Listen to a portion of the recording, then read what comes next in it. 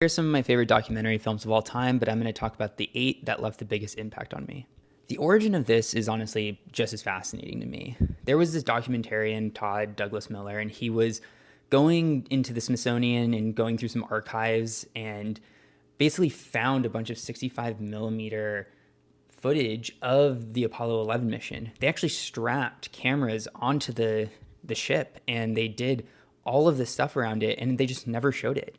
And so he went through all the footage and basically made such a compelling documentary. The size of scale on this thing is amazing. I saw this in IMAX.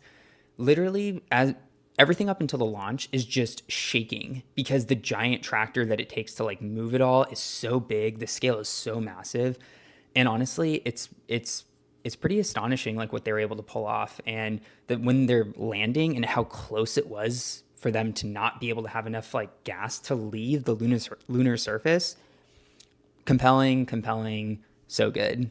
This was my life, and a lot of kids I knew that grew up like this. But the difference is that Lou Bing actually recorded it all. And so it's this kind of retrospective on his childhood and trying to figure out why people are the way they are. There's this one guy that was one of his friends who just can't stay in a relationship and he's getting like these women pregnant.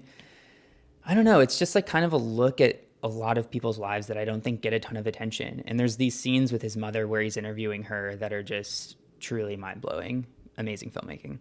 I know everybody and their dog watched this movie, but I think that the thing I took away from this is something that nobody else talked about. Everybody was like, oh, we need to go to Hero's restaurant. The thing that's really fascinating is that the whole movie is about Hero, but then they reveal at the end that all of the things that made the restaurant so famous was essentially times when the son was cooking at the restaurant. And I think it's just like a really kind of delicate, beautiful story about putting love into stuff and people being able to sense it. I love a wild ride, and this is a wild ride.